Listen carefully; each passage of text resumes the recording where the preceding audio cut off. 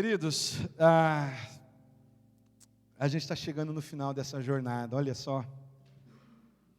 Quando eu comecei essa ministração em Efésios, foi algo muito especial para mim, porque um período antes da transição acontecer aqui na igreja, eu estava tentando entender algumas coisas do Senhor.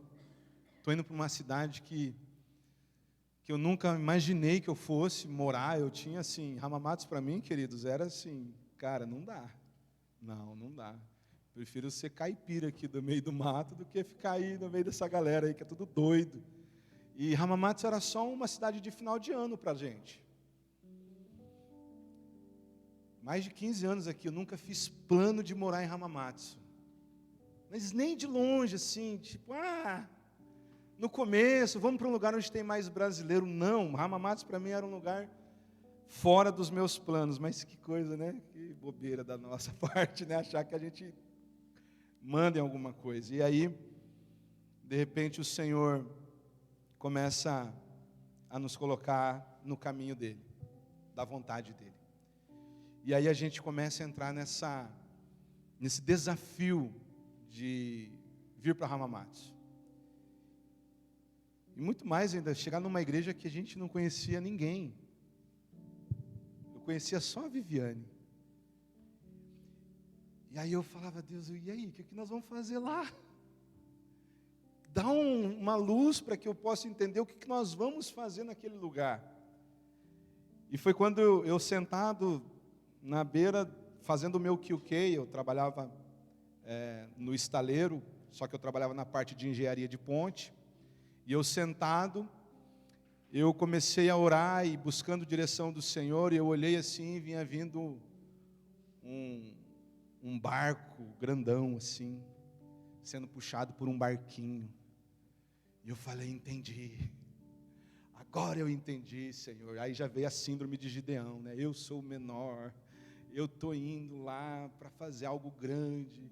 E o Senhor falou, você não entendeu, foi nada. Porque o que eu estou te mostrando não tem a ver com esse barco menor que está puxando o maior. Tem a ver com aquilo que eu já fiz, que é o mar. Porque sem o mar, era impossível desse movimento estar acontecendo na sua frente. Eu falei, uau! Tirou um peso, sabe? Porque eu estava vindo para fazer algo que eu não precisava fazer, porque o Senhor já tinha feito. Eu estava vindo para ser simplesmente um instrumento nas mãos do Senhor. E Ele disse para mim, está tudo feito. Foi quando Ele me deu o direcionamento de começar o meu ministério pastoral com a carta aos Efésios. Porque do capítulo 1 ao capítulo 3, o apóstolo Paulo mostra tudo aquilo que ele já fez antes da fundação do mundo. Ele mostra para a gente que Deus, na sua infinidade, Ele tem um amor tão perfeito, que Ele planejou tudo. E Ele começa essa carta com uma adoração tão profunda, que eu disse, Senhor, me faça começar o meu ministério em adoração, para que a marca da minha vida ministerial seja adoração. Está aqui nessa primeira plaquinha aqui, ó. A minha alma engrandece ao Senhor, e o meu espírito exulta, se alegra no Deus da minha salvação. Porque Ele é a nossa alegria, e nele nós temos paz.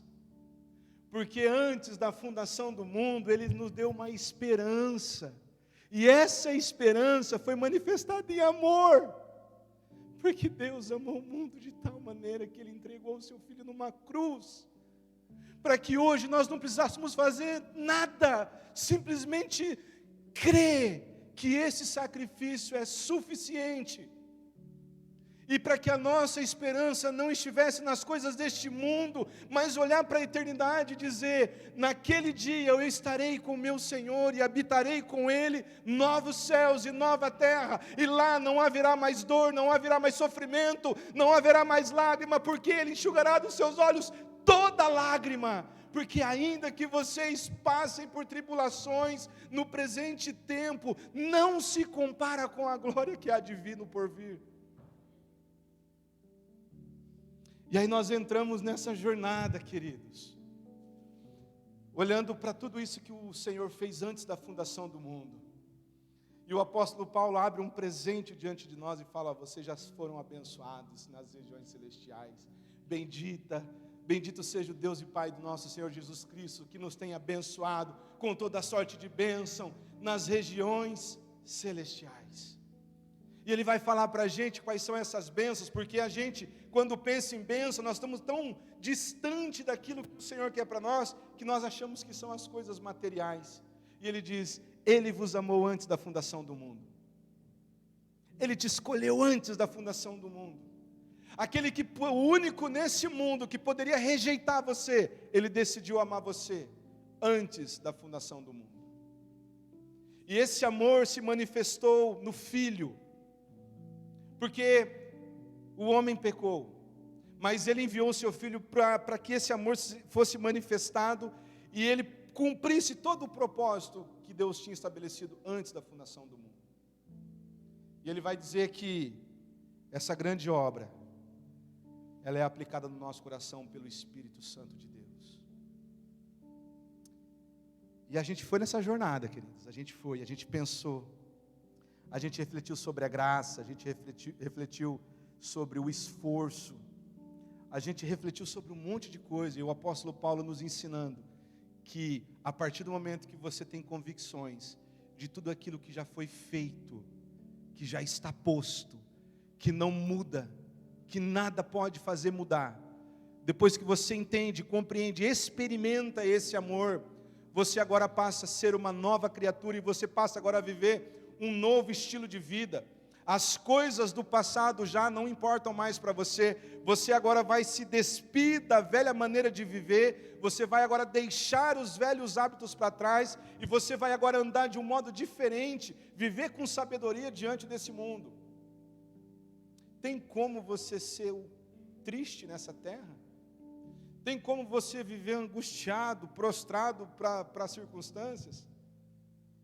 Tem como? Ah, mas você não sabe o que eu estou passando. Você se lembra em que condições o apóstolo Paulo escreveu essa epístola? Preso. Mas ele diz: eu não sou prisioneiro do Estado, eu não sou prisioneiro do cárcere, eu não sou prisioneiro do governo, eu sou prisioneiro de Cristo, porque nele eu estou livre. E um homem que está preso, ele está dizendo para o povo: olha, alegrem-se nisso, olhem para a cruz, alegrem-se na salvação, exultem o nome do Senhor. E aí nós falamos, querido, nós encerramos falando sobre esse lar de paz. E no domingo, e na última ministração, nós falamos sobre um chamado para uma vida de oração. Você prestou atenção que o apóstolo Paulo começa a carta aos Efésios, no primeiro momento, é em adoração. É em adoração. Ele está numa doxologia, né, o termo que a gente usa para dizer que ele está numa adoração. E ele termina a carta em oração.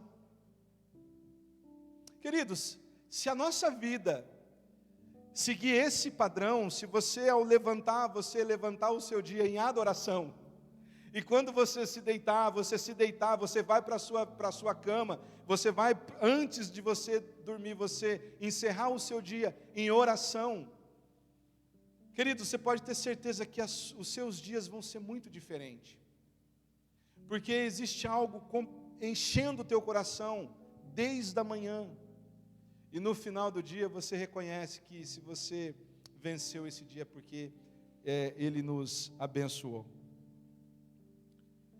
E o apóstolo Paulo vai continuar, queridos, falando nesse chamado da oração, porque no capítulo 6, quando ele faz esse chamado, nós falamos sobre essa armadura, nós falamos sobre esse chamado da oração. Ele vai dizer que nós temos que orar em todo o tempo. O crente tem que viver orando. Crente que não ora, querido, já perdeu a batalha faz tempo, precisa se arrepender e voltar. E ele vai dizer para a gente que é com toda adoração e súplica, com toda oração e súplica, no sentido de você viver uma vida de adoração e intercessão. E ele vai dizer que é por todos os santos, não é por você. É você entender que você faz parte de um corpo, e nós precisamos caminhar junto, e nós precisamos orar uns pelos outros, interceder uns pelas vidas dos outros. É por isso que a gente, todo domingo de manhã, nós estamos aqui orando pela família, orando agora pelos irmãos da igreja perseguida, que é o corpo que está sofrendo lá do outro lado do mundo. Nós estamos orando pelos filhos, orando pela nação. Sabe, querido, se você não tem vida de oração semanal, faça de tudo para você estar aqui no domingo de manhã. Eu lembro que quando eu comecei a fazer academia, eu falhei, tá? Já confesso meu pecado. Mas eu lembro que o cara falava para mim assim, né? Ele falou, cara, vem um dia na semana, pelo menos. Você vai, pouco a pouco, você um dia vai chegar lá. Mas eu arrumei uma desculpa e não fui. Ai, como que eu me arrependo, porque eu tinha entrado num ritmo, né, amor? Estava ficando alinhado, estava ficando diferente. Mas eu arrumei uma desculpa e eu não voltei. Que desculpa que você está arrumando domingo de manhã? Que desculpa que nós temos para chegar? Eu vou colocar um cartão ponto ali na entrada da igreja. Quem sabe aí você liga o modo fábrica. E aí a gente vai começar a ser mais responsável com as coisas espirituais. Porque não tem um cartão ponto lá, como tem lá na sua empresa, como tem lá na minha empresa, então a gente não cumpre o compromisso de estar no horário. A gente acha uma desculpa para cumprir os nossos compromissos com o Senhor. Ah, o Senhor pode esperar. O teu patrão não pode, né? Teu rancho não pode esperar. Porque se você chegar lá atrasado, ele vai brigar com você. E se você repetir isso, ele vai te advertir. E se você continuar, ele vai te dispensar. Mas como nós somos negligentes, né, queridos, com a igreja? Aí a gente se dói ainda, porque não? Virou o que agora? Mas a gente não consegue cumprir com as nossas obrigações. Ou na verdade não são obrigações. Precisa ser uma disposição do teu coração para estar aqui. Eu tenho pedido para o Senhor, querido, o dia que eu vou chegar aqui, eu vou ter irmãos aqui antes de mim, orando. Eu lembro no Brasil, uma cena que me marcou muito, da dona Alice. Eu lembro dela, o meu coração assim fica apertado. Uma senhora analfabeta, uma senhora simples, pobre, mas uma senhora que amava tanto o Senhor, que ela ficava no portão da igreja, intercedendo pela igreja, sozinha. E às vezes a gente passava, estava lá a dona Alice orando, intercedendo. Ah, mas nós somos bons demais para isso, querido. Nós temos que nos arrepender. Nós temos que clamar ao Senhor para que o Senhor quebre o nosso coração. Eu falei aqui, queridos, uma geração que levanta 1h da manhã para assistir jogo da Copa. Uma geração que coloca o alarme para assistir jogo, para não perder nenhum minuto do jogo. Mas é uma geração que não tem coragem de levantar para orar nem por 5 minutos. E o apóstolo Paulo termina a epístola aos Efésios dizendo: nós estamos em guerra. Nós estamos numa batalha ferrenha, e você, crente, você está perdendo, por quê? Porque você está distraído com as coisas deste mundo. Porque a nossa guerra não é contra a carne nem o sangue, mas são contra os principados e potestades e os poderes dominadores desse século. E ele está dizendo: acorda para a vida, porque essa guerra é real e ela acontece, você não vê, por isso que você se distrai. E não é uma guerra bagunçada, está aqui, ó, é principado, potestade. Existe uma organização demoníaca contra você, contra a tua casa, contra a tua família. O mal está entrando e você não está nem vendo. O diabo está sapateando dentro da sua casa e você não está nem percebendo. Nós ouvimos aqui, queridos, se você prestou atenção, foi ministrado aqui sobre família, e disse: o mundo tem propostas indecentes para você o tempo todo. Abandona a tua família, homem, vai ganhar dinheiro, vamos ganhar dinheiro, deixa a tua mulher, teus filhos aí ao léu, alguém cuida deles para você.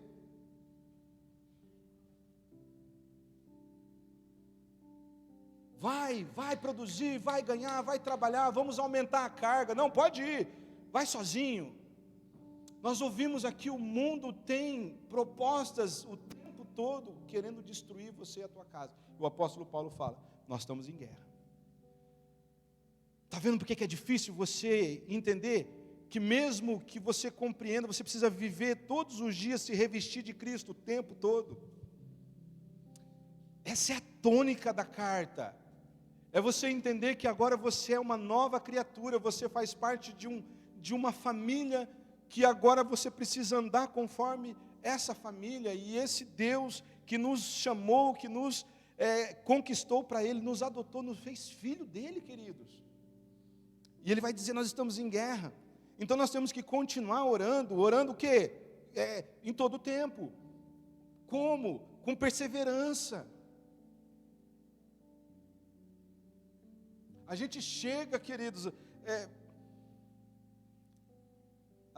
eu estava conversando com uma irmã esse final de semana, e a gente estava perguntando, por que é tão difícil, né, as pessoas se engajarem, né, em oração e estudo da palavra? Porque as reuniões de orações nas igrejas, o pastor Hernandes Dias Lopes disse que está na UTI. Ele fala isso, ele fala, ó, as nossas reuniões de oração tá na UTI.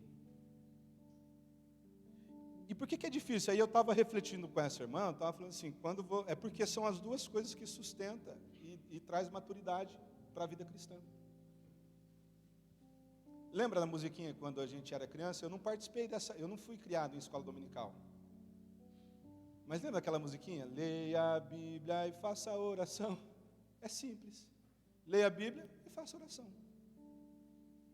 Leia a Bíblia e faz oração. Se você quiser. Mas eu quero. Leia a Bíblia e faça oração. Eu estava falando hoje para a nossa mais nova integrante aqui do nosso Ministério Multimídia, a Biancas. Eu chamei ela de Biancas. Eu falei assim, Bianca, se você quiser, existe uma diferença entre você ler a Bíblia e estudar a Bíblia. Ler a Bíblia é o primeiro passo para você que está começando a sua vida de caminhada. Estudar a Bíblia é se você quiser conhecer a Deus de forma mais profunda, e quanto mais você estuda, mais você cresce. E o apóstolo Paulo está falando sobre isso, nós estamos em guerra, querido, e ele começa aqui dizendo, a partir do versículo 19, ele vai continuar esse chamado para oração, mas agora ele vai pedir para ele vai dizer, acompanha comigo no versículo 19, orem também por mim, para que, quando eu falar, seja-me dada a mensagem, a fim de que, destemidamente, torne conhecido o mistério do Evangelho, pelo qual sou embaixador, preso em correntes. Orem para que, permanecendo nele, eu fale com coragem, como que me cumpre fazer. Nós estamos encerrando a jornada, mas o apóstolo Paulo já orou 2 vezes nessa jornada que nós estamos aqui. Ele orou pelos Efésios. E ele ora primeiro, agradecendo pela vida dos Efésios, na primeira oração dele. Ele vai orar pela santificação do povo, para que eles conheçam a Deus. E ele vai orar para que Cristo, para que eles possam ser vitoriosos no poder de Cristo. Essa oração está lá no capítulo 1, vai lá para o capítulo 1. Nós vamos ver ali do versículo 1 do versículo 15 ao 23, o apóstolo Paulo, ele orando pelos Efésios. Ele vai dizer assim, capítulo 1, versículo 15 ao 23. Por isso também eu, tendo ouvido a respeito da fé que vocês têm no Senhor Jesus e do amor para com todos os santos, não cesso de dar graças a Deus por vocês, mencionando-os nas minhas orações. E aqui vai o que ele pede para os Efésios. Eu peço ao Deus de nosso Senhor Jesus Cristo, o Pai da glória, que conceda a vocês o espírito de sabedoria e de revelação no pleno conhecimento dEle. Peço que Ele ilumine os olhos do coração de vocês, para que vocês saibam qual é a esperança da vocação de vocês, qual é a riqueza da glória da sua herança nos santos, E qual é a suprema grandeza do seu poder sobre nós, os que cremos, segundo a eficácia da força do seu poder. Ele exerceu esse poder em Cristo, ressuscitando dentre os mortos, fazendo-o assentar à sua direita nas regiões celestiais, acima de todo principado, potestade, poder, domínio, de todo o nome que se possa mencionar, não só no presente século, mas também no vindouro. Ele sujeitou todas as coisas debaixo dos pés de Cristo e para ser o cabeça sobre todas as coisas, e o deu à igreja, o qual é o seu corpo, a plenitude daquele que a tudo enche em todas as coisas. A gente, quando vai orar, a gente fica orando, a nossa oração geralmente é pedindo para Deus fazer alguma coisa urgente, numa situação, livra o povo disso. E isso é legítimo, nós devemos orar para Deus socorrer o povo. Mas a gente também tem que lembrar de orar para Deus encher o povo de força, de poder, porque nós sabemos que quando a gente olha para a igreja perseguida, a gente sabe que eles precisam de coragem. Deus pode intervir lá, agora. Mas enquanto Deus não intervém, e se Deus não intervém, nós precisamos orar para que aqueles irmãos sejam cheios de coragem, que eles sejam destemidos, para que eles possam ter convicções, porque eles estão entregues à morte todos os dias. E orando para que o Senhor fortaleça os nossos irmãos, nós somos fortalecidos. Porque a gente começa a olhar para nós, falar assim, gente, está tudo tão bom para nós, e a gente ainda está tão miserável nas nossas ações. E o apóstolo Paulo, ele faz essa oração pedindo para que os seus irmãos, eles sejam cheios de Deus, do pleno conhecimento de Deus. Olha que oração linda. Um homem que está preso, que poderia estar murmurando, reclamando da vida, eu estou aqui, eu fiz tanto para aquele povo, Deus, e o Senhor não me reconheceu, por que eu? E ele está aqui, eu oro, eu não paro de dar graças, porque olha, eu estou ouvindo que o amor de vocês tem aumentado, a fé de vocês tem aumentado, e ele está dizendo, eu não deixo de dar graças a Deus por sua vida. Qual foi a última vez que eu e você demos graças a Deus? Louvamos a Deus pela vida de um irmão, queridos. Nós estamos só ali, me dá, a oração da Noninho, né?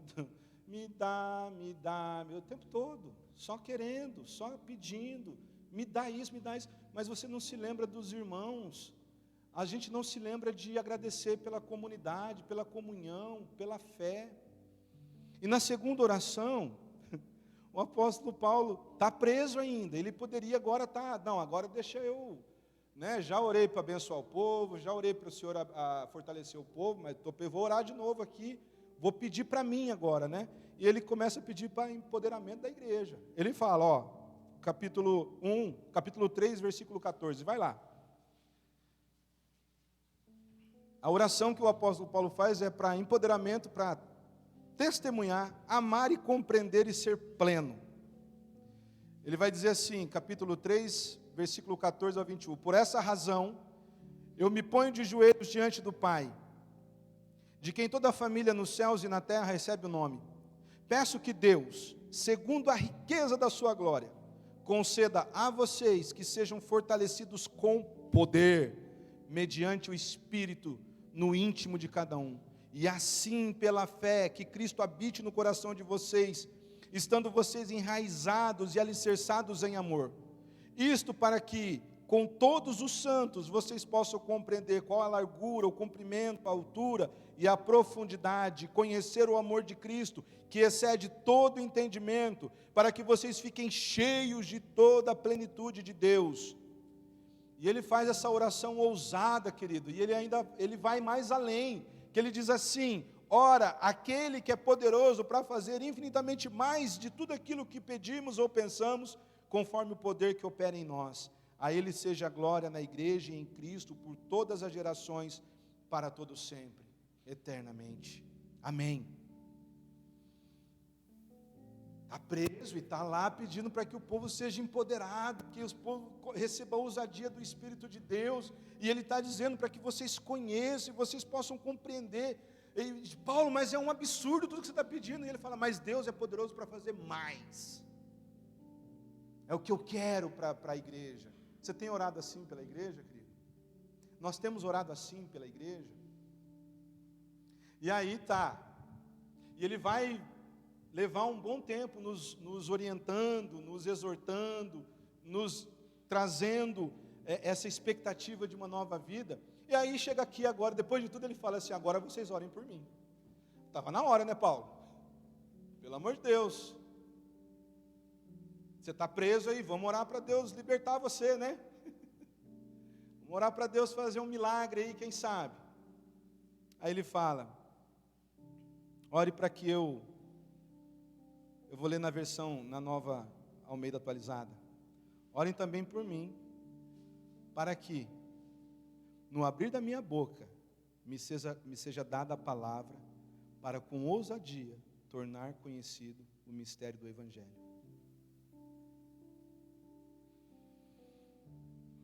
O que a gente fala para um homem desse?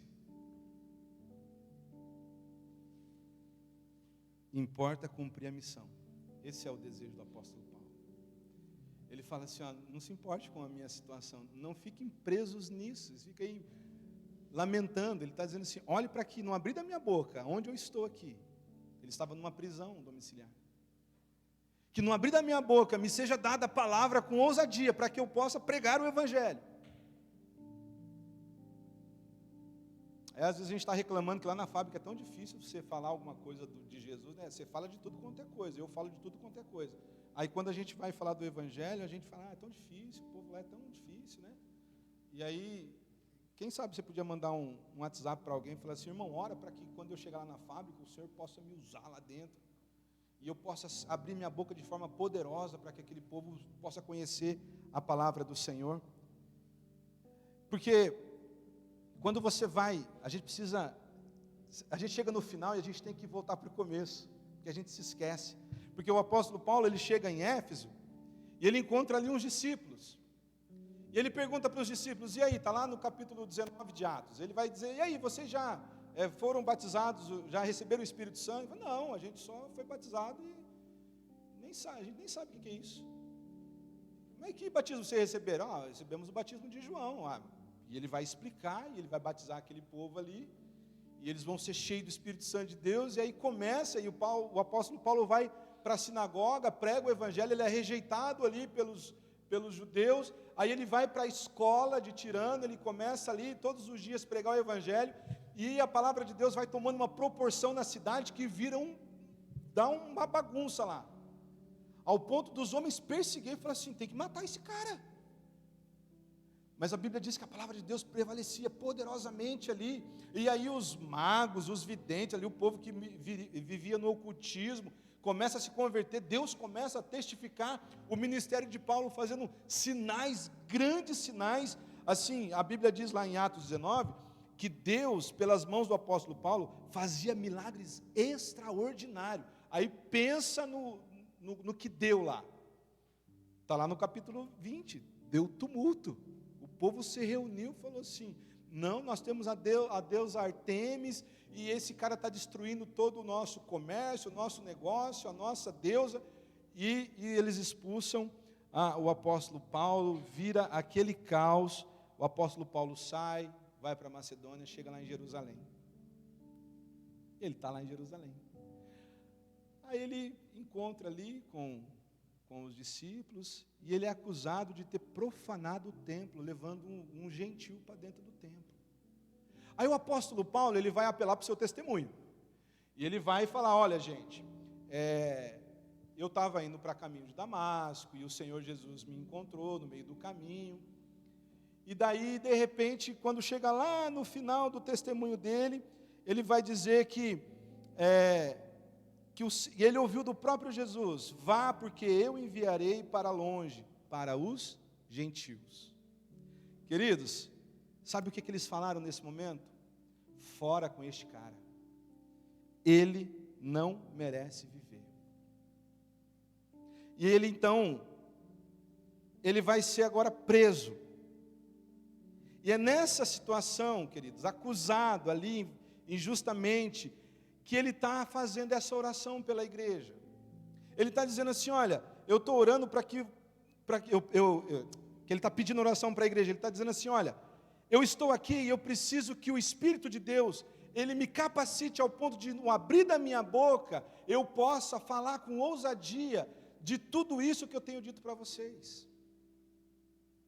É o Tom que vai finalizando a carta. Ele vai dizer: orem por mim. Mas o que você quer, Paulo? Eu quero que o Espírito de Deus me capacite cada vez mais para eu poder testemunhar do Evangelho da salvação.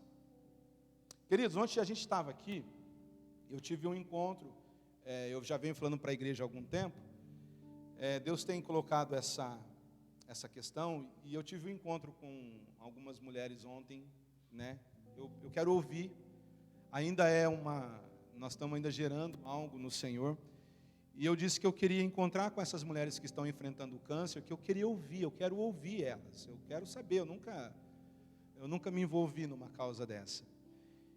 E a gente preparou aqui ontem, eu recebi uma ajuda, um irmão me ligou e falou: pastor, eu quero te ajudar, né? E a gente recebeu assim uma ajuda deles.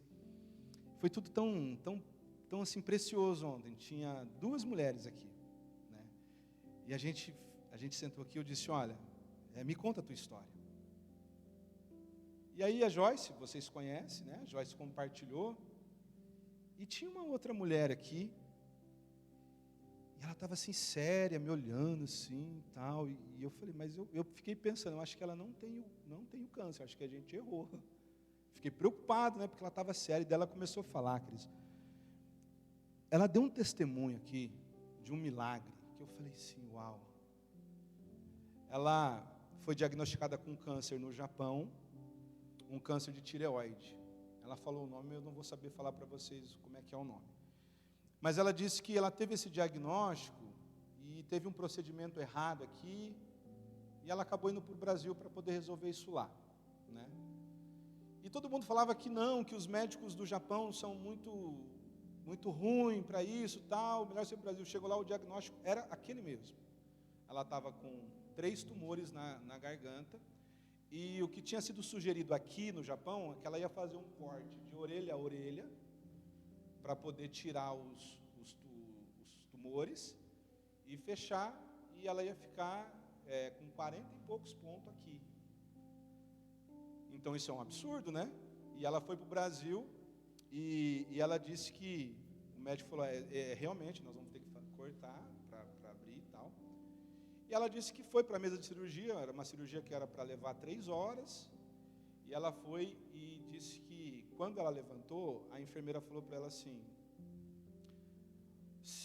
não fala nada, você não pode falar, porque você fez uma cirurgia muito grande, você não pode falar, mas só agradece a Deus. E ela não estava entendendo nada.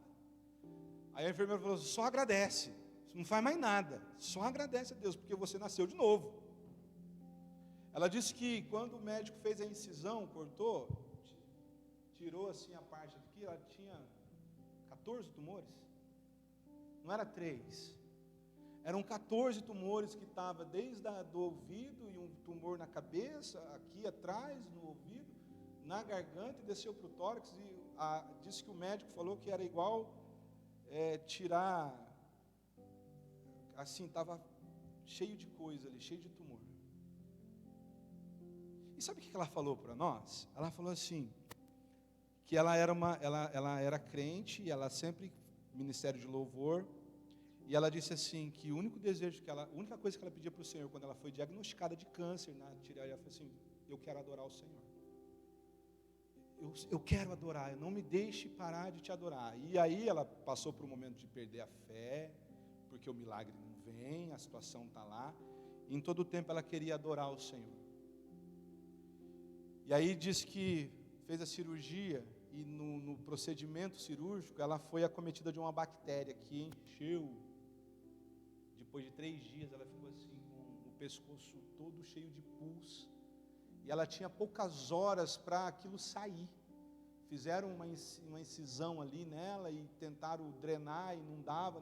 E os médicos falaram assim: você vai morrer.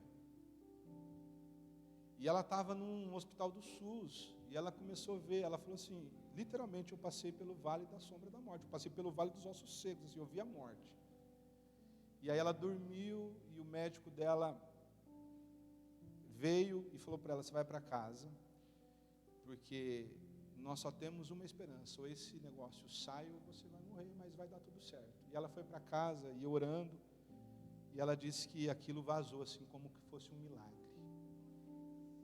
E ela tem a marca aqui, querida. Ela falou assim, olha, Deus me trouxe de volta à vida.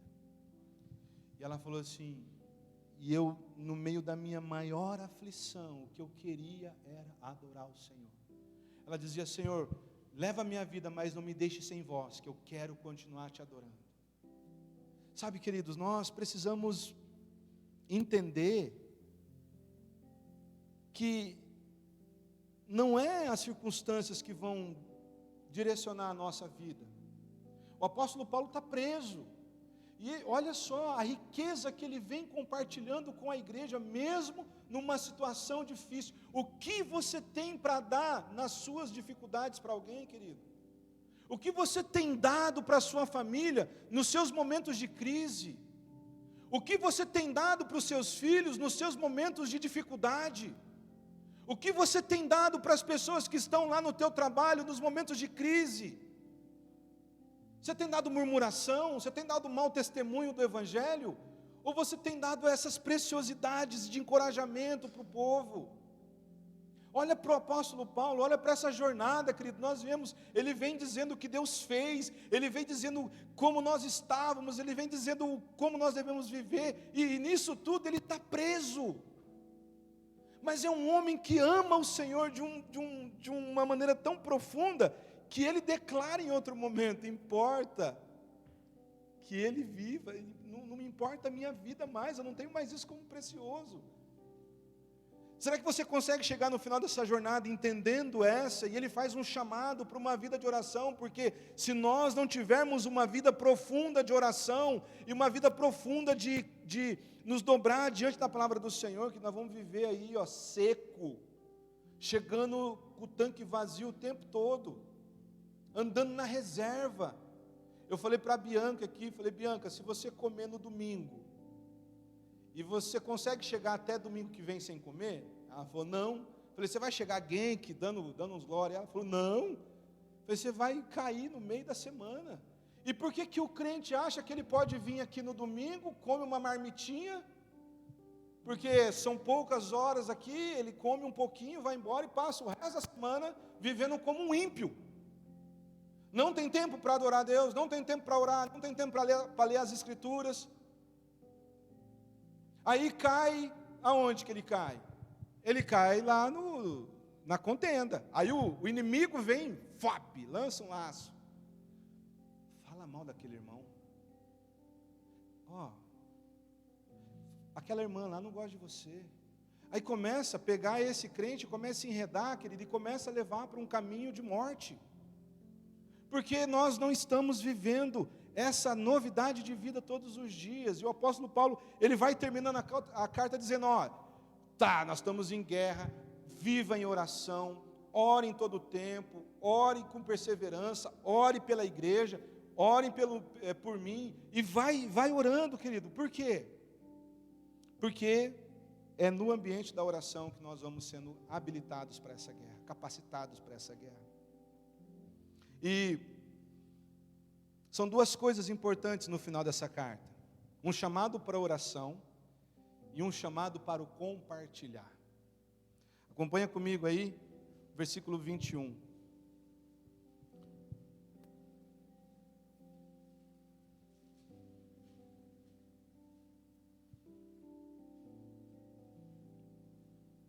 Ele vai dizer assim: e para que saibam como eu estou e o que eu estou fazendo, Tíquico, o irmão amado e fiel, ministro do Senhor, lhe dará todas as informações.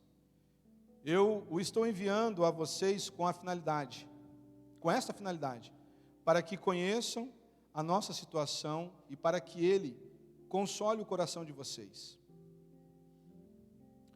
Ele vai dizer que o compartilhar, querido, faz parte daquilo que é saudável para a comunidade. Ele está preso, mas ele está ali sendo assistido por alguns irmãos. E ele sabe que a prisão dele causou uma aflição na igreja. E por isso ele está mandando essa carta para os irmãos serem encorajados. E mais do que isso, ele compartilha das suas aflições com outro irmão e diz: olha, eu estou enviando ele porque ele vai aí compartilhar com vocês das nossas aflições e vai trazer consolo para vocês. E nós estamos vivendo um tempo de uma igreja, a nossa geração tem vivido um tempo de igreja que tem dificuldade em compartilhar das suas aflições. Porque muitas vezes nós não sentimos seguros no ambiente da igreja. Porque já aconteceu tanta coisa, às vezes o irmão até quis abrir o coração para alguém, mas esse alguém levou isso para o outro lado, aí começou a usar irmão, vamos orar, só para fofocar, e aí a gente vai perdendo o ambiente do compartilhar o coração. Queridos, tem irmãos que não conseguem compartilhar o coração com seus líderes, buscam compartilhar em outros ambientes, lá no trabalho, com quem não está nem aí, mas não tem amigos que possam abrir e compartilhar o coração dentro das suas comunidades. E o apóstolo Paulo está mostrando para a gente no final dessa carta, a importância do compartilhar. Olha, eu estou vivendo aflições, mas o irmão está aqui do meu lado, e ele vai levar para vocês o compartilhar das minhas aflições, para que vocês sejam consolados. E ele trata esse irmão como um irmão amado. Onde estão os irmãos amados do nosso lado, queridos? Eu sei que nós temos. Então preserve isso cada vez mais, porque nós temos que entender que nós precisamos ter o desejo de compartilhar o coração uns com os outros, porque isso edifica. Isso é uma igreja saudável, uma igreja que tem um ambiente do compartilhar o coração, e isso só é possível se nós tivermos relacionamento. Sabe, esses ambientes de intimidade, quem são os seus amados irmãos aqui dessa comunidade? Ou você é só, talvez, está há tantos anos aqui, mas você não tem um irmão amado? Eu quero ser o teu irmão amado. Deixa eu ser o irmão amado? Deixa eu ser. Você quer compartilhar comigo algo do teu coração? Deixa eu ser esse instrumento de oração na sua vida. Mas para isso eu preciso conhecer você. E eu quero que você seja também um instrumento na minha vida. Eu quero que você seja o meu irmão amado. Eu quero que na hora do meu desespero eu tenha você para ligar. Até pouco tempo atrás eu tinha irmãos amados no Brasil, e Deus tem me dado irmãos amados aqui nessa igreja. E você precisa de irmãos amados para você compartilhar o teu coração. E se você já tem, faça mais. Não se contente com um só. Tenha outros irmãos amados. Tenha uma família amada perto de você, para você poder compartilhar o seu coração e deixar com que também a partir desse compartilhar o corpo seja consolado, edificado. Eu fiquei tão feliz que eu fui fazer a visita pastoral e eu cheguei lá, a pessoa falou para mim assim: nossa, eu recebi uma visita das irmãs aqui em casa. E ela falou: ai, como que eu fiquei feliz. Gente, eu fiquei tão feliz de ter chegado lá e saber que as irmãs tinham ido primeiro, que eu falei: que coisa linda. É isso que é ser igreja, é ser comunidade dessa forma. E o apóstolo Paulo, ele vai encerrar essa carta dizendo uma coisa para nós: Cristo basta. Vamos repetir? Cristo basta. Versículo 23 e 24 do capítulo 6. Paz seja com os irmãos e amor com fé, da parte de Deus, Pai e do Senhor Jesus Cristo. A graça esteja com todos os que amam sinceramente o nosso Senhor Jesus. Paz, amor, fé, graça. Te parece com alguém? Quem é a nossa paz? Quem é a expressão maior do amor de Deus? Quem é a expressão da graça de Deus? Quem é o autor e consumador da nossa fé? Então repete comigo de novo: Cristo basta.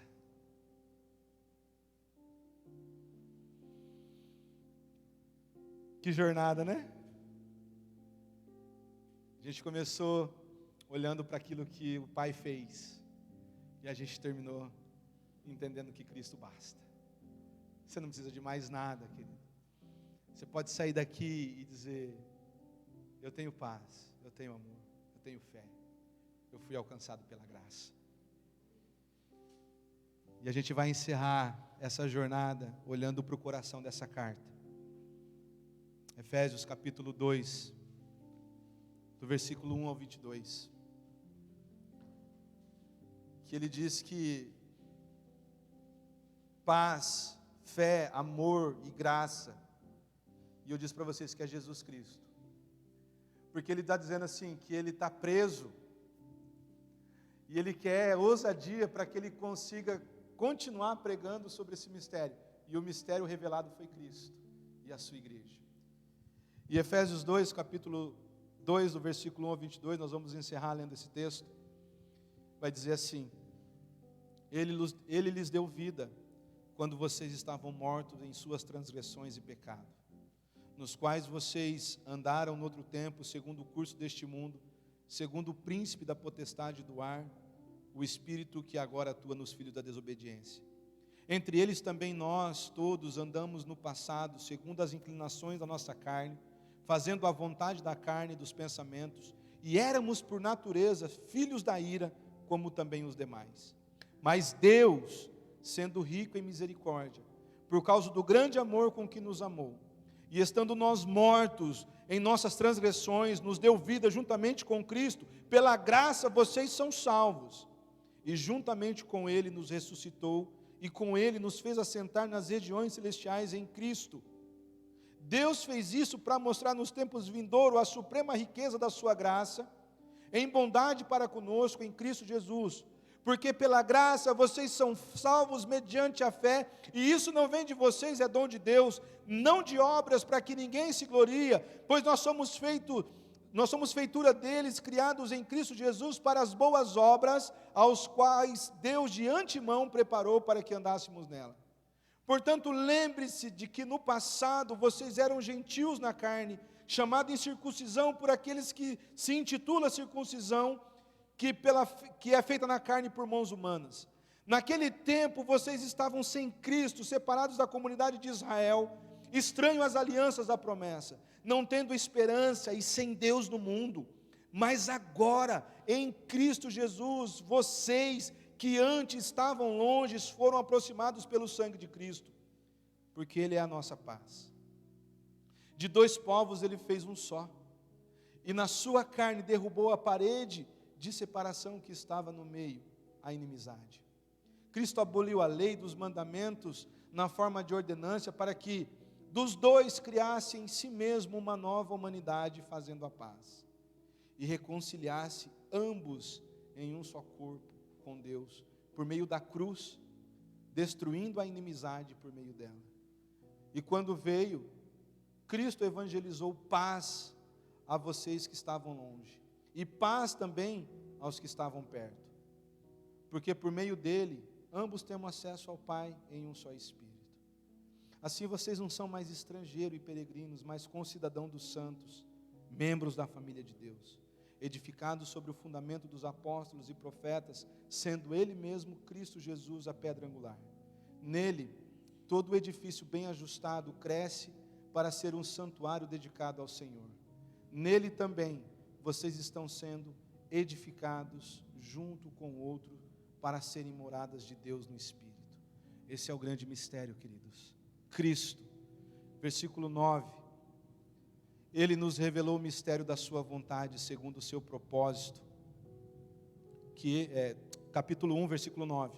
Ele nos revelou o mistério da sua vontade, segundo o seu propósito, que Ele apresentou em Cristo, de fazer convergir nele, na dispensação da plenitude dos tempos, todas as coisas, tanto no céu quanto na terra.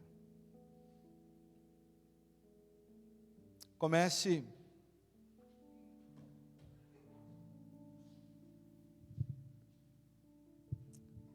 a pensar nessas coisas, querido. Cristo basta. O apóstolo Paulo, na sua inspiração divina, nos ensinou tantas coisas. Segundo o Dr. Shedd, a Epístola aos Efésios é um grande discipulado para a igreja. É um grande discipulado para a igreja.